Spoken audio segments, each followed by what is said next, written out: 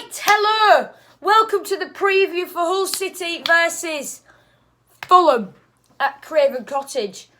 But before we start, I've got to announce, because we're not doing it on the podcast this time. Last time we did it on the podcast, but this time we're doing it on the preview. The Player of the Month award for October 2019 for me has to go to Jarrod Bowen.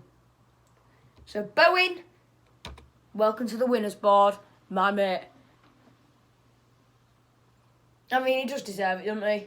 He's got back in goal scoring form. He scored against QPR. He scored against Nottingham Forest. He scored twice against Derby. 4 goals. I mean, hang on, what was it? Yeah, 4 goals in 5 games. Not too shabby. And we'll only do Goal of the Month awards on the podcast as well. So now we'll get into the main bulk of the preview. Well, we'll start with the team news. It's quite short and snappy today. Nubba Balog is still injured after picking up a calf injury against Nottingham Forest. Josh McGuinness has 3 games left of his 4-match ban after he picked up his 2nd red card of the season against Forest. Other than that, we've got a fully fit team. I forgot to add this to the graphic, so I will just say it now. Balog has had a little bit of a setback this week. Cliff Burns said in the press conference Balog hasn't reacted the same way, the way that they'd have wanted him to, if you get what I mean. So, bit sad for Norbert, but because he did a brilliant job when he came against Forest, just helped us see out the game. Was all he needed to do. Anyway, what do I think? There's a feel-good factor about the club again now. It'll be a tough game without a shadow of a doubt, and Fulham are a tough side to beat. Head-to-head battles. Alexander Mitrovic for Fulham against Jordi Device of Hull City. That is going to be one tasty one. And hang on, that's not Leonardo da Silva Lopez, is it? That's Eric Lehigh. Wow.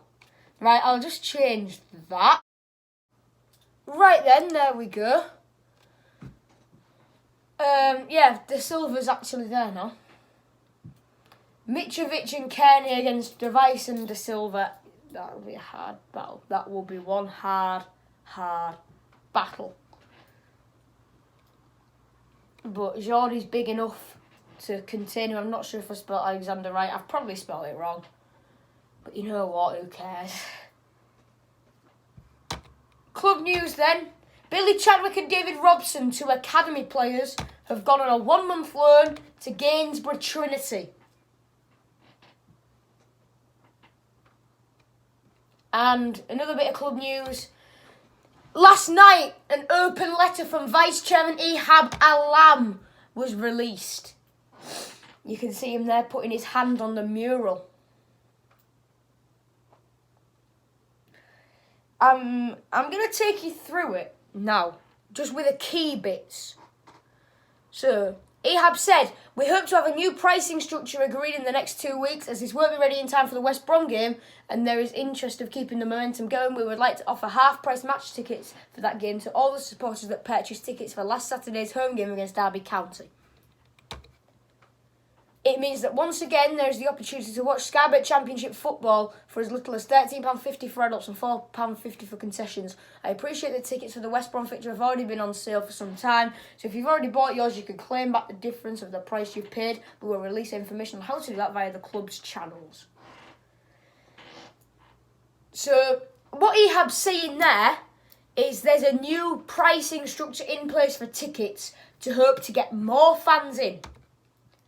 It's important to stress that at this point the offers such as this will not become commonplace, and that a member continues and always will be the most cost-effective way of watching Hull City in home action. Regarding ticket pricing, we're offering a middle ground and announced further details regarding our ticketing structure in the near future. So, I think Ehab is saying here that more people for cheaper is better than less people for more expensive. So for that reason, they're making tickets more affordable, and they're also trying to get more people back in. But this one's big. Finally, during supporters committee discussions about encouraging everyone to return and get behind the team, it was suggested that the Allen family do the same, and after consideration, we will be returning from the West Bromwich Albion game, when we hope to see as many of you there as possible. Thank you for your continued support of Hull City.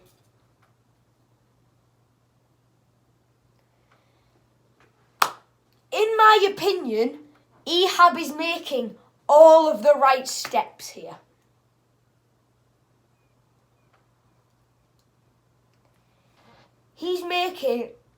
He's trying to get the fans back on side. The way things are going, it doesn't look like he's selling up anytime soon.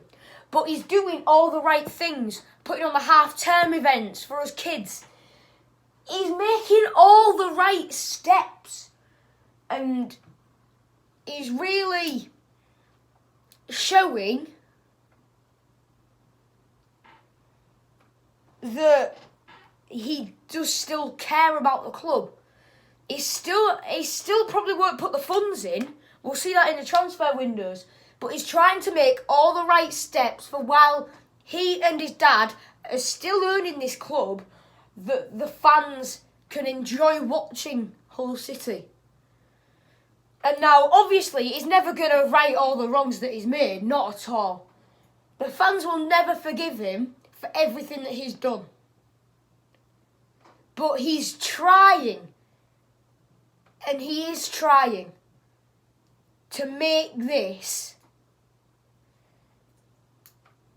a better club for the community and for the manager, the players, staff, whoever.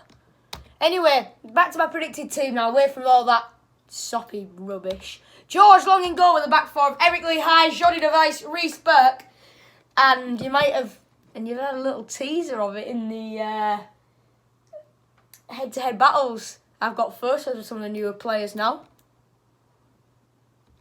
Callum Elder, Leonardo da Silva Lopez, John Terrell and Jackson Irvine make up the midfield, with Bowler on the right, Grzycki on the left, and Jared Bowen leading the line. The bench is Matt Ingram, Ryan Tafazoli, Kevin Stewart, Dan Batty, Tom Eves, George Honeyman, and Brandon Fleming.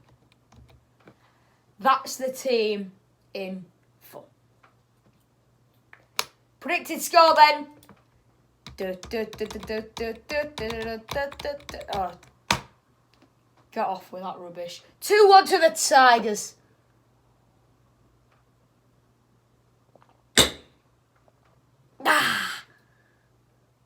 And that's the end of the preview. Hope you enjoyed it. If you did, leave a like on it. Subscribe if you're new. And I will see you tomorrow for the match reaction. Yeah, have a good one, guys. See you then. Bye-bye.